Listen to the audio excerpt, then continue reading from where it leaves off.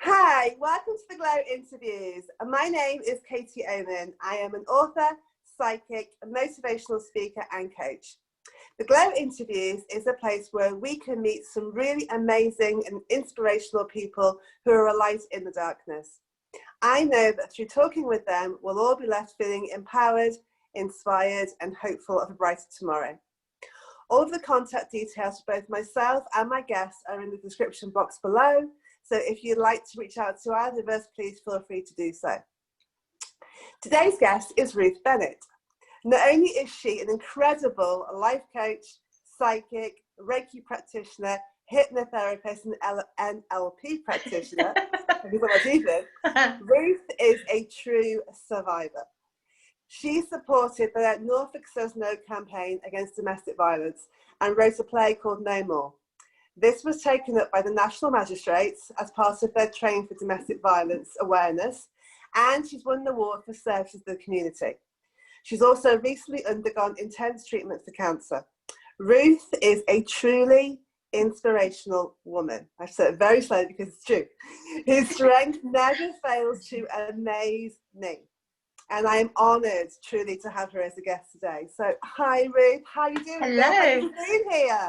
Thank you for having me. Really good to be here. I'm sort of like, I'm just checking for cats approaching from behind, so you'll see them before I do. But they're upstairs sleeping. So yeah. Oh, bless you. You read the bio and it's like, oh, I'm quite amazing actually. I know. I'm thinking, what's she talking about? Because a couple of years ago, there wasn't any of that. Well, there was like the writing, but there wasn't. Yeah, there were bits, and it's sort of been building up. So it's like, wow. I know, get you. Get me. So, obviously, you know, we have to deal with the question I ask everybody first. 2020, right? Mm. The craziest year probably in living memory, and certainly it's been particularly challenging for you. So how are you doing, my darling? I'm good. I'm like, this has come from nothing. So I am now, my last chemo was the 17th of June. So I then had 3 weeks after that. So we went into mid-July. So I'm now sort of like July, September. I'm now 2 months out of that cycle. And then I had 15 rounds of radiotherapy over 4 weeks. So I'm now out of treatment. I just have to, every 6 months, I have to have some acid infusions where, hey, I just like pump the acid into, it's literally what it is. I just like, it's because the chemotherapy attacks my bone marrow and other bits. So yeah, I have that every 6 months, and obviously the checkups and systemic chemotherapy, which is really funny because, you know, you get your prescriptions, they normally say take one for 7 days. Well, I just take one for the next 10 years. It's just like, that's hysterical. It's like, oh, okay. Oh, great. 10 years, eh? Bless you, bless you. So, I mean, like, I've known you for a while now. I've known you probably for about, I was trying to think, I reckon we've known each other for about 5 years. 2016. Yeah. I was thinking that today, yeah. We've known each other. Yeah. And I have been with you through lots of ups and downs in that time. And in your bio, I called you a true survivor. Do you see yourself in that way? I sort of do, but sort of recently I've been trying to step out of battle, because I tend to like get into battle, but then I was trying to differentiate and say, no, survivor doesn't mean I'm in battle anymore, Ruth. Duh. Yeah. So every time I heard survivor, I was thinking warrior, and I was thinking battle. But yeah, I sort of, I just see myself as cracking on with it, is what I said, you know, like through cancer and the chemo, I just said, I've just got to crack on with it. And it was that simple. Then it wasn't such a big thing. But sometimes it'd be like, that's right, I'm a survivor. Da, da, da, da, da. So like, yeah, in your face, everybody who said I wouldn't. Well, that's the thing. I think, you know, to go through obviously the relationships that you've had and all the troubles, shall we say, through them, and then to go through this year, of course, as well. And yet, what strikes me about you, Ruth, is that your spirit seems to be unbreakable. And I know there's been times where it's come close to feeling like it has been, right? but you're still here. It hasn't Mm. finished you off. You have survived through hell, really, and real trauma that may have broken other people. And to look at Ruth, it's quite hard on video because you can't really see her, but she's a teeny tiny little lady, and you know, to see her in person, you wouldn't think she had that spirit in her, but you are like a lion. Like it seems like to me you just have this fire in you that doesn't seem to be able to put out. I because we're spiritual, so we get this. I think that's really, really helped.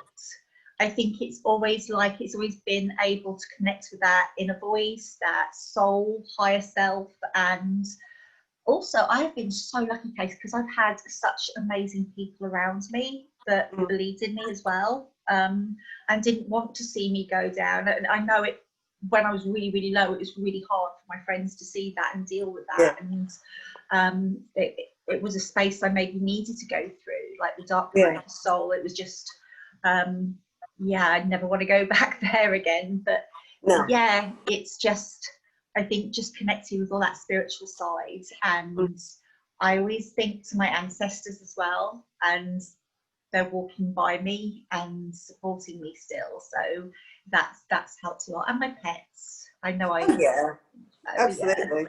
I mean, it's this saying, isn't it, that the universe never gives us more than we can handle, right? Yeah. We are always given what we can deal with. It's just hard to sometimes get your head around that while you're in it. Oh God, there was one point I was just like, oh, what next? Plague of locusts? You know, seriously, what more can you do to me in this one little lifetime that I've had? But then I just think, like, I think I had to break to come back again, and that's how I saw cancer. I saw, like, the loss of my hair. This has never been abused. Isn't that amazing? Yeah. This has never ever been abused. This is like a rebirth, and that's how I see it. Even my little lashes now. It's like you're a little phoenix, isn't it, rising from the ashes? I love that. Yeah. That rebirth thing. That's good. Oh, right? Yeah, that's how it feels. Because there was one point I looked at myself and I said, Ruth, you look like Mr. Potato Head. I just couldn't stop laughing. And I was completely bald. And although I never went completely bald, I had this fluffy stuff on there. And I'd lost my eyebrows and I'd lost my eyelashes. And it was like, I put a picture on Facebook and just said, this is as raw as it gets. This is as bold as it gets. This is as naked selfie as it gets. I have absolutely nothing. And my friend, bless her, she posted underneath, there you are. And I just went, even now I still go, and it was just this, like, stepping into this new, not new me, but everything had gone. And it was like time, like it was like stripped back of all the stuff. Yeah. It was like baptism of fire type of thing. It was just like, it was like lightning strike of Kali. It was just everything came and just took it all away. It was just like, you can crawl on the floor for the next 6 months, or you can walk. And so I walked a lot, actually. It was lockdown. So how is it to deal with 2020 lockdown, you know, all of that stuff, and getting a cancer diagnosis at the same time? How do you get your head around that one? It was a bit mean. So it's like, I had just gone through from 2016 to 2017. Towards the end of 2017 was horrific. 2018 got worse. And we're still waiting for Crown Court, so I can't talk about it. I can say I'm in a Crown Court waiting for that to happen. And then we were virtually homeless, and we had to literally find this place, like, so quickly. And then got through all of that, came out, changed my jobs, started doing some more online courses and developing. That's when I got really into the tarot really deeply at that point. And I went away on a retreat and everything. I started building up and building up and building up. And it's no secret, I was self-harming before then, and that had gone, that had smoothed out.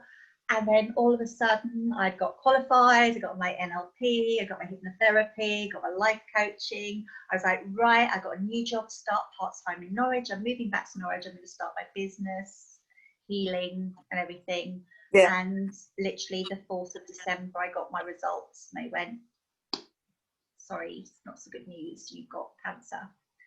And I was a bit upset. I was at the West Suffolk Hospital, and it's like a square, and I couldn't find my way out.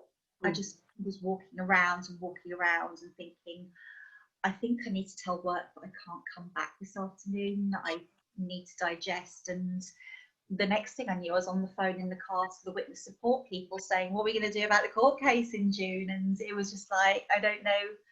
We didn't know at that point how big the cancer was. What the cancer that they found was quite small. So if it was just that was fine.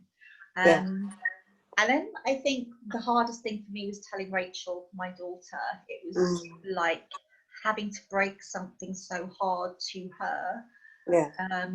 Was, for me, was worse than hearing it. It was like, I'm sick and I shouldn't be. I should be this pillar of strength for you, and here I am, and I'm sick. And she was marvellous, and her other half was marvellous as well. And I sort of announced it, and people were right there with me. And even the new job that I was about to start, I was like typing emails, I'm so sorry, I've got cancer, I'm about to start with you. And they're like, really, stop apologising. And I was saying sorry a lot to people for some reason. I was saying, I'm really sorry, I'm so sorry, I'm sorry. And it was just like, I had to stop apologising it. And so to give a little bit of power, instead of saying cancer, and I apologise to any people out there called Bob, but it was just alliteration, and I just went, it's just Bob the Bug. Bob the Bug, and Bob the Bug's been removed, and Bob the Bug's not going to be around anymore. And it was just finding that sort of tiny little bit of humour in there, and it was then just going from one step to the next. So I was working with mental health, and they were like, because I've got emotionally unstable personality disorder, otherwise known as borderline personality, and I've also got complex trauma. So the trauma can't be treated until after the court case because we have to live it. So it's sitting here. And the borderline is also, a lot of pathways have been triggered. So by doing the training, I was learning to stop letting that manage me and start to manage it. And I just got so empowered by that for me. And it was literally last year, that I qualified. God. So a year to today that I got the 3 certificates and accreditation. So yeah, it's sort of like, that was really empowering. I used that a lot. I used like the mindset meditations, my cards. I'm surrounded by cards. I've got cards wherever in my handbag. I have cards everywhere. I just went, okay, this is what it is. And then you just go from step to step, from the scans to find out if there was any cancer below the breast tissue. And for me, thankfully, there wasn't. So it was a lumpectomy. And then it was, I was due to go to Mexico the day I had my operation. I remember. Mexico's still there. And I'm still here. Still there. Mexico's still there. And let's face it, not many people went to Mexico after that anyway. So, well, that's true. So yeah, it's like, there I was in hospital. And this is quite, I was doing with tarot, we do the journey. So I was doing the swords journey, and that was my Ace of Swords day. And I hadn't planned it like that. I just decided to do it and start on that day, because that was when I was supposed to go to Mexico. And I was ready to do the Ace of Swords, and I had to have a magnet put into the tumour so that they could operate a lot smoother. It's incredible, Kate, absolutely amazing. They put this magnet in so then they can find it quicker and they don't have to take so much tissue away. So they were like, do you want to close your eyes, because it was on my left side and she had to go in from that way with the screen to guide her. And I was like, no, I want to watch, this is incredible. And I watched this needle go into the tumour, and that was just so powerful. That was like, that's my Ace of Swords, and this is when I need to make the start now. This is it. Okay. Wow, that's incredible. I mean, like, I've known a couple of people go through it, and like, everybody's journey is different with it, right? It's like, you know, they give you like, you know, the diagnosis and the treatment, and of course there's support and there's help for all the things around it in your life, but your emotional reaction to it and the way you cope with it and how you process it is so individual. And everybody I know that's been through it has dealt with it in a very different way. You know, you have tried, what struck me about you is that you have tried to find positivity and humor on every single step. Even if it's been harder at times, you still try to find something that keeps you going almost, I think. And you've shared that, and you've been very open and very honest about it all, you know, because everything you do, everything you go through, you're aware that other people could benefit from it as well. It's like you're so selfless in that sense. You're not just thinking, poor me. It's like, well, other people could benefit from this. So you're always looking to share, right? And also, for me, it's really important, especially through lockdown, that people weren't worried about me. It was just like, you know, I had emails from people saying, I really feel sorry for you, I'm frustrated, I can't. And I was just like, I'm good. I'm having tough times, I'll admit that. I'm having times I'm having a good old cry, but crikey, it was tough times for all of us. And at least I knew, because the lockdown came the week of my second round of chemotherapy. So it came 21 days after my first round, almost to the day. And I knew I was in for a tough time, but the rest of the world didn't. And so in a way, I was psychologically prepared to be poorly. I wasn't prepared to be stuck here in the middle of nowhere, surrounded by pig farms and pheasants. But that's fine. It was okay. It was like my little woods. It was okay. So yeah, I was ready. I was really ready. Bless you. So everything you've been through on your journey thus far, what has it taught you about yourself? Because obviously I give you my interpretation of who you are, but what's it taught you about yourself? It's taught me that I don't need to be brave and I don't need to be strong. I just need to be truthful with who I am. And there's, you know, when I was going through domestic violence, there was all this, if you leave, you're brave. And I felt that put the onus on the points where you can't leave, that if I'm not brave. And so I'd never wanted to call myself brave for leaving. I just wanted to call myself in my truth. And that was the thing that cancer allowed me to do, was to actually step really into that truth of who I am, stripped down, no hair, no company. You know, I didn't have a cup of tea with another human being from March till August. Wow. It was just like, was it July? When did we come out of lockdown? It was July, wasn't it? Yeah, March till July. And then Boris said, off you pop for 50% off at the same time. I was just like, oh yeah. This is just, you know, I've been sat here with my sad little teacup, and now I can go. Because of you, right? He was going, let's give her a little treat. She does well. I went to Costa in Berry, and I had like a swimming pool of latte in this massive cup, and sat there and was going, people that are not in uniform sticking needles in me, people. It was just like, talk to me, somebody talk to me. I was just like talking to everybody. And even like the first time I bought something was and went out into a shop, was Tesco Express. It was just like, this is my first time out since lockdown. And she was like, okay, step back to the counter. She's like that, okay, love. Beep. What did I get? Wine. Of course, right? It's like, yeah. Bless you. So for all those who might still be going through trauma right now, whatever that looks like, and everybody's still hurting or still in pain to some degree, what's your advice after everything you've been through? In all truth, and not to lighten it, when you're going through that, the pain is incredible. It is like, it is like you're bleeding from the inside out. And my only way of dealing with that pain was to self-harm. And I totally get that. And there were times where I didn't want to die, but I didn't know how to live. I just did not know where I could go. So I totally understand when somebody is in that huge depth. The thing that I've held on to all the way through is you can be in a pitch black room and all it takes is one match and you can see your way out. You don't have to wait for something huge, just tiny little steps, and just start believing in yourself, because quite often with abuse you start believing the stories you're told, and then others start bringing that in, and you doubt yourself so much, and just hold on to that one little thing. And everybody will have something different to hold on to.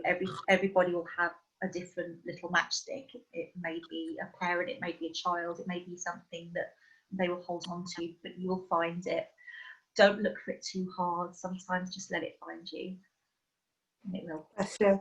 That makes me quite emotional, you saying that. Bless you. Aww. I'm sure people watching this will feel that too, because I think that speaks to, it's such a simple thing, I suppose, but it's such a deep, meaningful thing at the same time. Because I think people expect to go from like 0 to 60 overnight, and to have all the answers, and to, like you say, to leave and to fix it and to change your life. Sometimes and actually most of the time, it's not that easy and not that quick and not that simple. But like you say, if you can just find that tiny glimmer of hope, that's enough, isn't it, to pull you through? It really is. And find somebody,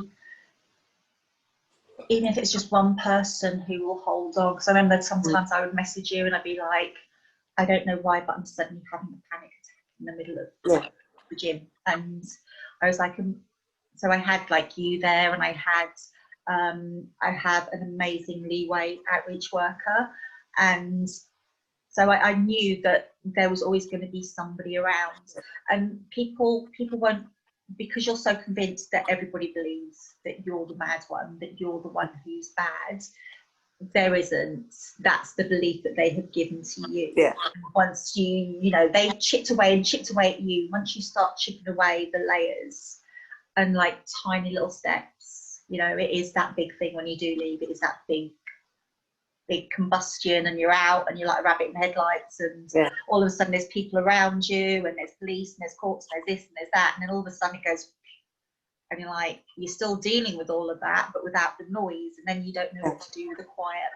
And from any trauma, whether it's a car accident, loss of somebody, there is a big noise around it when it first happens, and it's when it goes quiet that is when that's a tough part. I remember moving in here and we had no internet or no TV or anything, and I sat here for a whole weekend, no communications, and then went inside my head, and it was just like, and I ended up, I was putting the loudest music I could on the radio, just like dancing and just making so that there was noise around me, and just writing it out. And even if you're not spiritual, journaling, I totally swear by journaling. And I have a gratitude journal, and I have a daily journal, and I have a dream journal. I might be overly journaling, but just sometimes you just let go with that pen and you can write it out, and it's like you're your best friend. And another thing, what have I done with it, is mirror work. I have my little mirror here and I put it somewhere. Mirror work is, here it is. Yeah. Just like a little mirror, and just look into that and tell yourself, you're okay, I've got you. Just when you look into your eyes, it's powerful. But everybody will find those things.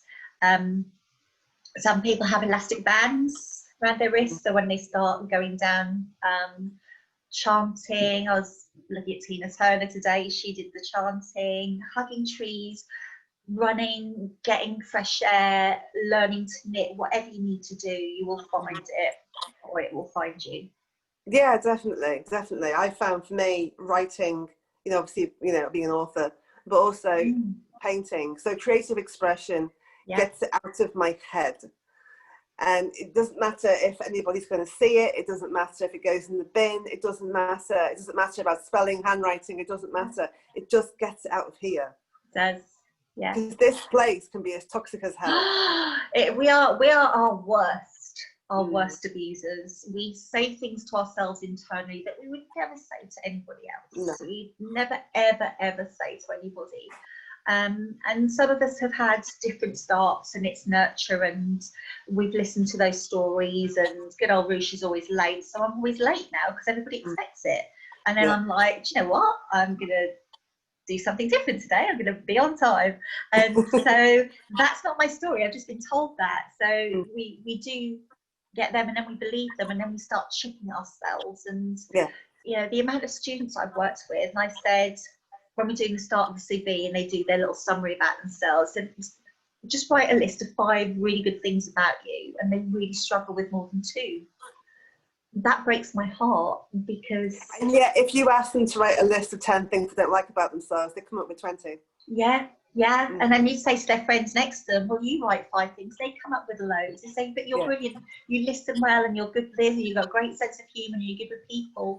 And we just don't like it. And they say something like, well, that's bragging. So no, it's being confident. It's you are allowed to say, actually, I really do like myself. I am proud of myself, and it's okay to do that. I think it's really important. I think and you know, obviously I've written the book about self-love, so it's been on my journey. But I know that if you don't like yourself, it just ripples and affects every area of your life. It affects who you are, it affects your relationships, it affects the work that you do, the dreams that you have, how you treat yourself, because you don't think you deserve any better, right? It's like, you say the stories you tell yourself are so powerful, you know? And then we start attracting people who tell us worse stories, and then we believe them even more. We go round and we go round and we go round. Exactly. And you step out of that circle, and it's when you can do that. So in a way, like lockdown and cancer and being totally isolated was a time to really find out, who is Ruth? Who is she? What is she capable of? And how far can we go? And I make mistakes, and yes, I still have crying days, and yes, I still have days where my energy is on the floor, and I just go, right, we need to read books and Netflix. We just need to nurture this side of you today, and then tomorrow we'll get back on I'm doing the NNRT, the bilateral eye movement course. I always do this when I'm explaining it to people, but it's where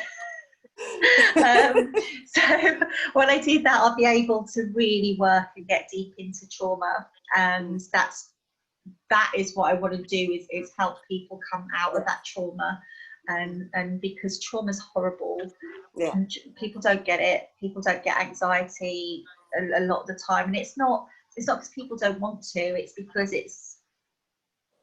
if you haven't felt it, how would you know?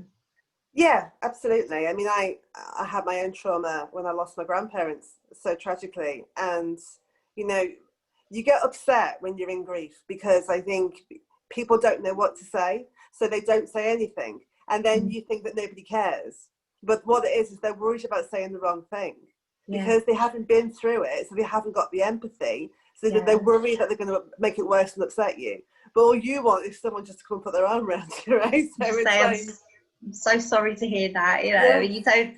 It's just empathy, and it is really hard, because we don't teach it, and it's something that I think communication has broken down a little bit with the internet. And I don't want to be old-fashioned here, but I think we sometimes don't know how to actually have conversations like that. They are really tough. At college, I delivered employability, and we covered subjects like that. We covered the subjects that the curriculum hadn't taught up to sort of year 11, and so we would bring in mental health situations, and you know, how to be a person, like how to cope with stuff. And it is like, life is tough, and there's no book, and thankfully we have people like you who do write books that can help us with. The dog's just sent my lipsticks going everywhere. If anybody might just like, okay, what was that? Just to show you that this is real life. There you go. That was a really class example, right? She's just sat on my little. I mean, like, my lipsticks are just stocking up because we're not wearing them with the masks. Well, no, and the thing is, it's kind of a side thing, but I don't wear a mask. I do wear a visor. I should clarify that. I wear a whole face visor. I don't wear the mask because I had asthma as a child, so it triggers me. I feel like I can't breathe.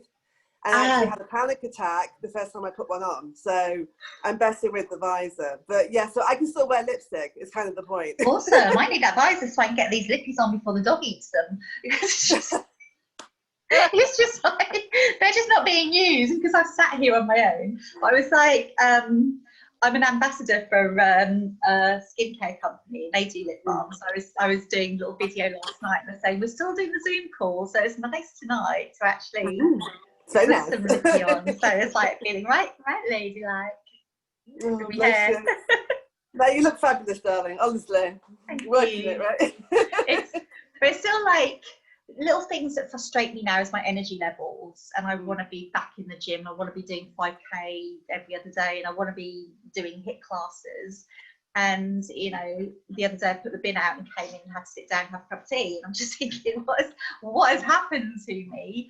And I've still got some swelling from the radiotherapy and a lot of tingling, but these are all things that will just subside now. So even though they're frustratingly still there, I'm sort of like trying to remember that my body's had surgery, it's had chemo, and it's had radiotherapy. It's been pummeled, basically. Yeah, so, absolutely. So, absolutely. yeah. You have to allow yourself to heal from that and be patient with yourself. I understand the frustration, right? It must be. Because your mind's like ready to go and your body's like, no, I'm normal now. Oh, no. I'm me again. No, you're not. I was like, when I first, I think losing my hair, knowing that I was going to lose my hair, and we did discuss the cold cat, but because I have so much hair, I don't have thick hair, but as you can see there, I have a lot of hair. Yes, very thick hair. I remember and it very I have well. a very little head. So the cold cat may not have been successful for me, and I may have ended up with a bit of an odd mullet type of thing, or bald patches. And I decided to take control of that one thing and just say, I'm going to lose my hair. At least I know that. At least I'm not expecting that. You know, you can't take that away. The day it did fall out was 2 weeks after the first round, and I'd been hospitalised for the first week as well with neutropenia and isolated. So that was practice for lockdown, by the way. It was just like, we're going to practice for this and stick you in a ward on your own for like a week. That's all right. We had Wi-Fi and free food. It was like, I will find the blessings, right? The blessings there. Yeah. So I was like, just sitting here, I just and the shock. It's like the nightmare where your teeth are falling out, only you don't wake up from it. By day two, it was like therapy. Wow, look at this! I can literally pull my hair out. This is just amazing. And somebody had a go at me in the shop, where it was just when they were saying that the vulnerable people could go in for the first hour, and this person just basically shouted at me and said, "What the hell are you doing here? You're not vulnerable." And I just wanted to go, "Do you want to bet?" But I thought, no, I'll scare people. But it was just like, all of a sudden it went from the worst horror to something that was almost like pulling it out. And in the end, again, literally before lockdown, I messaged Rachel on the Saturday and I said, I can't cope, it's everywhere. It was in my mouth, it was on my neck. And she was like, if you come round, they got the hair crop things and buzz cut it. And that was my power back. It was just like, here we go. So that what I thought was the most horrible thing, once I got through that, I was just like, I'm okay. Yeah, I'm okay. I'm a bit bald, but a bit nippy. But I've got hats and didn't do much on the wig side because I couldn't get one because of lockdown. So I got some Amazon ones. But yeah, it's amazing what we can get through. It's almost like the fear of something is worse than when we go through it. It was like the fear of leaving my exes was worse than actually leaving them. And so sometimes it's when you step over that line, you suddenly go, right, now I'm here. I talk about that a lot in my coaching, and I say, because your ego in your head, its job is to keep you safe. And so when you're in a comfort zone, even if you're miserable, your ego is happy because it's relatively safe and it knows what's going to happen from day to day.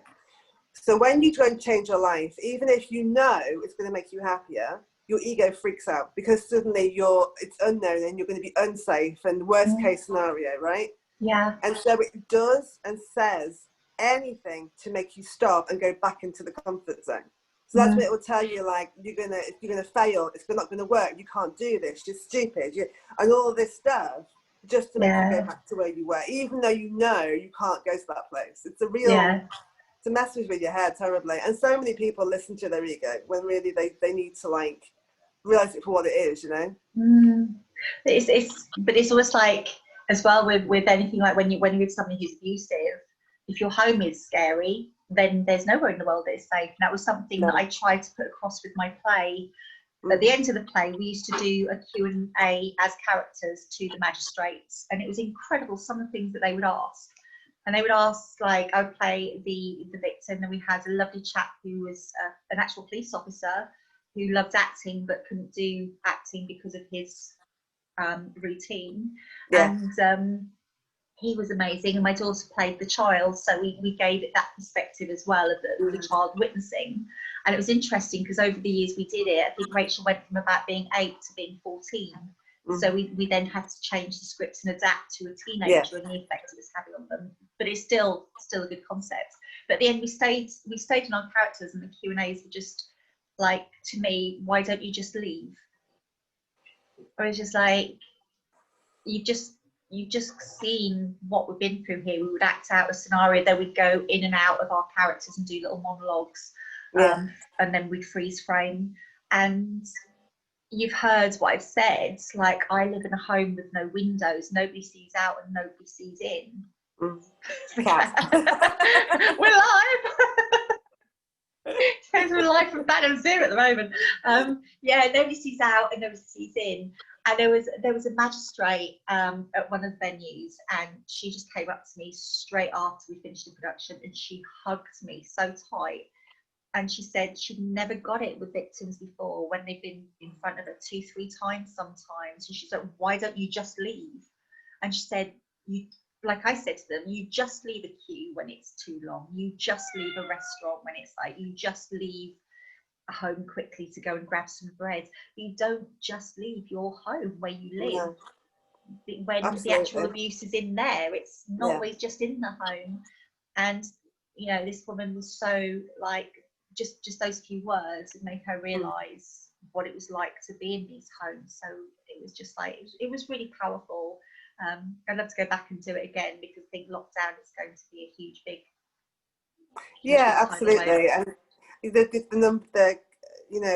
people ringing up the helplines and or trying to seek support during lockdown has kind of increased hundreds of %, because it's like suddenly in lockdown, like you say, it's that easy, or people can just stay at home, save lives, stay at home, and logically you get that. But if your home's not safe, if you're living in a space where you're frightened every single day, the thought that you have to stay in that and you can't get out, I can't even imagine what that must feel like. It must be just, I can't even go there in my head. It must be awful. And it would also, it's like Christmas when things would escalate because people are around each other a lot more. So, and even like, I know you've worked in education as well. So for me, having worked in education, I was thinking, like, the children are also losing their safety net where they can go to school and feel safe. Because for some kids, that is the only place they are safe. A lot of people say I hate school, but for some kids, that is one place they can go. And so so hopefully, like, knowing how our mental health system is so pressured, and it's going to be even more so. The legal system now is so far behind because they can't have as many court cases because they're spreading people out. And so hopefully, like, I can make a tiny little dent back into that with what I've learned, and help people get through the trauma and out the other side, and just do what I do. Because for the last time I spoke to somebody from IDT was that they had taken away all trauma therapy and CBT from the adults. So anybody with trauma, there was nothing. There was people-centered counselling, but nothing like that. And talking therapies are not always good for trauma, because So it's really frustrating, because I know through the NLP and the NNRT that it's not a quick fix, but it's so doable. So people shouldn't suffer, including the dog. She's agreeing with you. Like, yes, I'm in. yes, she's like, she's actually blind now. I think she sees some light, but she's like, she'll be 17 in April, and she's 18 dog years, so she's doing really well. She's my little Bless her, little girl. bless her. So what do you wish that you'd known at the start of your journey that you know now? However you interpret that question, because that's quite a big one for you, I think. Do you know what? I suddenly came out with it, you know, when we did Rise, and I was in the middle of my part, and I suddenly came out with it, and it must have come bursting out of my inner soul from there, and it'd been hidden in the depths. I would, well, this is the line that I said, that I had spent so much time and energy trying to prove who I wasn't, because at one point in the relationship, I was the one being accused of the abuse. Which is why I was so trapped, because he could do anything. I could dial 999. So it was just because his words were, they'll only arrest you. So I was so trapped, and I kept trying to prove, I'm not this abuser, I'm not this mad woman, I'm not this drunken woman. At one point it's supposed to be all sorts. And I was trying so hard to prove that, I forgot to be who I am. And who I am is enough. I don't need to prove who I'm not to anybody. And if I'd have known that back in 2018, 2017, I don't think I'd have gone through so much. I think it would have been a lesser transition. However, I don't regret it, because now I know so much from the inside that I can use that to help other people. And that's where the magic is. We know that, don't we? Oh, definitely. I really believe it's a hard thing to say to some people, because it's hard to fully appreciate this when you're in it.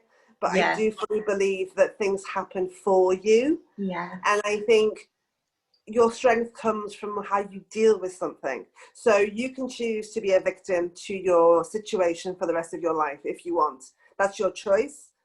Or you can choose to do something positive with it and try and empower yourself and help other people. You know, that's how I see it. And I try and always think, when I'm going through pain and trauma, I'm thinking, okay, what's the lesson here, and how can I use this to help other people? You know? Also, it's not you. If you're the victim, you're not the one who's at fault. You know, when I was self-harming, the psychologist said to me it was a normal reaction to abnormal behaviour, which is almost like, oh, it's okay then. Like, oh, it's okay, it's because I'm being treated. But when I actually looked at it and dissected it a little bit, it was like, it's not me. So, like, when I was hiding my scars and thinking, what will people think if they see my scars? I was like shamed, and nobody should be shamed. There's nothing good ever comes out of feeling ashamed. So when you realise it is them taking away your power, and it's not because there's something wrong with you, then that's when you start stepping up. And I know people who've gone through abuse to go on to work with other people and run helplines and everything. And I know people who just want to go off and live a quiet life and do their best that way and find it. And it's whatever. When you come out of that, oh my words, you've got to do what's right for you. That's where that's the absolute magic. And you know, this works for me.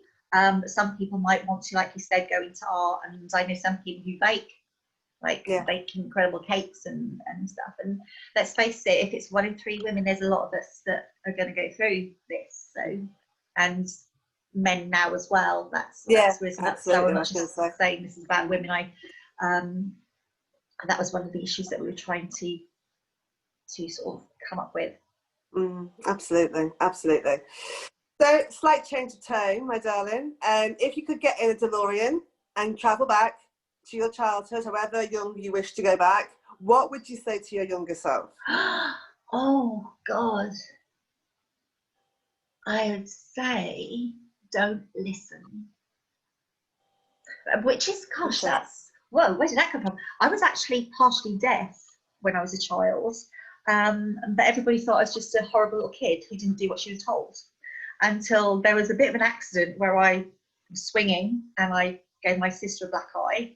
And of course, it was like corporal punishment in those days. I mean, it would be like, it was nothing to have a slap in those days. So that happened. But my mum's friend, who was with us in the garden at the time just pointed out, she said Ruth's face was so shocked, so shocked. I don't think she heard them, and they actually took me for a hearing test. So I'd already got issues. Yeah. I got speech impediments because I wasn't hearing. I was picked on at school because I couldn't hear anything the teacher said. I just stick my hands up because everybody else did, thinking I don't know why I'm doing this. And so there was some catching up. So I would not listen to those people who said I was awkward. I would actually listen to myself and said, I learned coping strategies around that. And I got through that. And do you know what? I never held a grudge, and I still don't. People just didn't get it. It was a different time. Yeah. I'm not angry. But I would say to myself, you know what, Ruth, don't listen. Be free to love who you want to love. Be the dancer, and I was the dancer. I was told, what do you want to do that for? Yeah, it was, and it was a different era. It was a different era. It was like we had the 11 plus and comprehensive and grammars and stuff. But yeah, don't ever let anybody switch your voice off. I like that. I like that. One of my favourite sayings is, don't let anybody dull your sparkle because you were born to shine. I love that. Yes, it's one of my favourites. And it's so easy to let people do that because it's not always about trauma and pain and all that sort of, it's so easy to let people take away from who you are, to make you feel like you're not good enough, that there's something wrong with you, that, you know, you're not worth anything. It's so easy to let people do that to you, but you can't let them. You have to always have that in your head of, like, I am the king or I am the queen, and I know my worth. You can't see it, that's your problem. I know how special I am, you know? I am. And if I have it on a little board here, Rachel got me this for my birthday, so I have I am enough. Oh, I love that. So I put different affirmations on there, but at the moment it's sort of like, it's that one. I just look at that and I just like, yeah, I am. And it's like one of the places I've worked, it's like, you're going to get your fairy dust out. Oh, I suppose that curtain blowing over there is ghost. And so I'd be like, oh, for heaven's sake. Whereas when I worked at college and we had like a bit of a Wi-Fi cut and there was no computers, it was like the end of the world there, and I was running around my coat saying I could be Batman now, and everybody was loving it. So it was just like right, I'm Batman. And it was just like the students thought it was hysterical, and it was just, instead of throwing each other out the window, they would just say, what? So it's just like you know, but had I did that before, I'd have probably felt I couldn't. And it took me a while to say, and now when people say, oh, I suppose you believe in fairies, I'm like, yeah, don't you? Yeah, really? absolutely. Bless you. Don't you have a fairy door? Oh, bless you. So what's next, honey, in the big journey of Ruth? What the hell are you going to do next, darling? Okay, so I'm writing a book. I'm writing 2 books at the moment, both completely different. So I'm writing one to be a support book for women with breast cancer called Beating Bob, and it's going to be an active book. So there'll be pages in there where you can doodle, and pages where you can get people to write, big or up. Just something to never say to somebody with breast cancer, at least it's only breast cancer. I've had that said to me so many times. I'm not trying to dramatize my condition or anything, but when you have cancer, it's cancer. Yeah. Whatever absolutely. Cancer is cancer. And so I'm going to put little anecdotes in that. I'm going to put a picture of Mr. Potato Head and draw your best face on there. I've written some short stories that are sort of like dark light type of thing. So it sort of brings people around, and so they can read it while they're having chemo or anything. So it's going to be that. And that's basically grabbing things, putting them into a pot, and then putting it into an order. Yeah. So that's not so bad. The other book I'm writing is a novel called The Wheel, and it's set in a post-apocalyptic world, and the characters are based on the tarot. And so, like that. Yes, and this is incredible because I've just started Shakti priestess training, and Shakti is the wheel. And then I found out the other day that there was something else in conjunction with what I'm doing is all about a wheel as well. So I'm like, this has just got to be the soul journey. So I'm now 37,000 words in, and I want to get to 90 before I start getting it out there. But yeah, it's taking me places that I didn't plan with it, which I love. So I've like, oh, I can't give any spoilers away, but one of the characters was with another character in a way that I hadn't seen that myself, and it just happened. And that's what I love about it, is just like creating these, and you've got these horrible beasts that come from the bottom of the sea and take over the world, but it's all been preordained by the gods, and it's an eclectic mix where they're all working together. Wow, So sounds fascinating. I'm looking forward to reading that one, definitely. Thank you. Definitely. Watch the space, huh? Yeah, so hopefully that's the plan for next year. And then in my forward journal, I want a house not on the sea but near the sea, and big windows. I want big windows and a little yard where I can have goats and donkeys. Ah, I love that. That's so cute. Sam, you'll probably see. Yeah, Sam will she come is like too. Dr. Dolittle, the menagerie that she lives with, right? It's quite calm at the moment. When my daughter lived here, we had 2 dogs, 5 cats, 2 guinea pigs, a rabbit, 2 beardy dragon thingies, a couple of rats. And a partridge in a pear tree. A parrot. So yeah, it's really quiet now. It's lovely. Bless you. So who or what inspires you to be your best self every day? Oh, apart from the cat. People around me, you can see somebody every day. You just like, there was a lady behind a counter somewhere the other day, and she was just amazing. I was just like, you go, girl. You are just like, you are busy and you are smiling, and you are people sort of like, actress of Wise, Helen Mirren. I just think, oh, wow, I want to look like you. As I gracefully go in that direction, I want to look like you. But it's sort of like gurus, you know, there are some amazing people. I love Brené Brown. I listen to her a lot, and she helped me deal with that vulnerability and embrace that instead of trying to hide it and trying. And there was also this point of, I daren't be a happy-go-lucky, strong person, because then people won't believe me.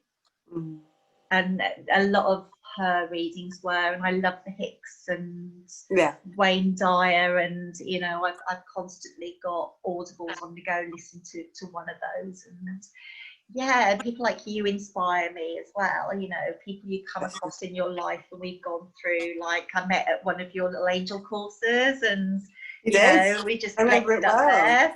Yeah, I did an angel workshop, for those who don't know, and I was all teaching about angels and how to connect with them, and it was my first ever one, so I was really nervous, and I was like, oh my god, I got all the prep done and stuff, and I had like probably, I think it was about 6 of us, I think. Yeah. And you came in last. I remember that. You were kind of a little bit late, and you came into the room with like, oh my god, I'm sorry, you know, there was this, and I was just like, who are you? And like, oh. It was literally, and I know this probably sounds a little bit cheesy to those who are listening, but it was like the sunshine walked into the room. Because before that, the other women in the room were lovely, but everyone was a little bit like, no one knew each other, and everyone was a bit kind of, you know, holding back a bit. And you were just like, hi! I was like, wow, this is awesome. Yes, I told you I was always late. I was even late to your gig. Why break a habit? But yeah, that was so good. I had a little breakdown, didn't I, when I met my angel in the meditation. I came out the other side happy, sobbing, because it was just such a magical, beautiful moment. And now I see her, and that connected. And then after that, I started working more with the cards, and I felt. So basically, it's all my fault. I'm sorry. That is down to you. Like, I think I've been told by a group of people that I worked with that my divorce was happening because I was evil with the tarot, and it's almost like, because I was on such a low ebb, I took it on board, and I think I was really confused at that time with so much. And then I found it again when I was a single mum, and I found and got back into the crystals, and then we found you, and it was just like, let's go, we're off, we're on the, now I know, you know, now I've met my angel, I know that I'm not, I mean, what an experience that was. Definitely, it was amazing, and it's such a wonderful thing to teach people to do. I love it. But anyway, last question, my darling. These interviews are called the Glow interviews, as you know, because I wanted to bring some light to the darkness in these very trying times. So in that vein, what lights you up and brings you joy? Oh, crikey, the little things. Do you know what? Dancing in puddles and just standing out with my trees outside. They are so priceless. I saw a rainbow the other day and I was like so emotional and just like, oh, it's a rainbow. I'm like a 3-year-old with anything like that. I'm so Gemini. I'm just like, my inner child is just like out of the box. You know, I put a little video on Facebook the other day, my cat's climbing trees, and it was just a moment. It was just such a moment, and you know, just being alive. I think having faced, not to sound dramatic, but having faced being threatened and not knowing and living like that, and then having faced grade 3 cancer, and I am just so lucky and grateful. And yeah, coloured pen. Oh God, I've got a whole bag down there of sparkly gel pens. Just like, give me those daffodils. Oh my words! When I see daffodils coming up, I'm just like the happiest person. Just like daffodils, they come up through the icy ground and they say, "Nothing's stopping me flowering, mate.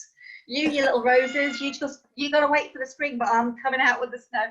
And they're just like, yeah, just like, and if like you'll know my Facebook, it'll be one day it'll just be a picture of this daffodil because it waves at me when I drive past it. It's just like, and you know, people will maybe say, oh, you know, but I don't care because the amount of other people say that made me smile. Absolutely, absolutely. You know? Yeah, so just like Victoria's sandwiches make me glow. The more you think about it, I think it's one of those questions, the more you think about it, you go, oh, and that, oh, and that, oh, and that. Yeah, oh, and another thing. Yeah. Just we like, could be here for another hour, guys. Bed socks. Bed socks. Bless you. Well, look, Ruth, my darling girl, this has been just the best conversation. It's been fascinating, emotional, funny, touching. I just thank you, honestly, from my heart to yours. Thank you for letting me chat to you today. It's been amazing, as always. And I hope you guys watching have been as moved as I have. And you need to go and check this woman out. You need to check her out, okay? She's incredible. Wait till the end of the video, then go and click on the link down here. Go and check her out. I always do that. Check the comment. Go and check that here. What? Bless you, Ruth. All my love, sweetheart, always. Thank you. And thank you so much. Everybody out thank there. you, everybody, for watching. Stay safe, look after yourselves, and we'll see you in the next one. Bye, everybody. Bye.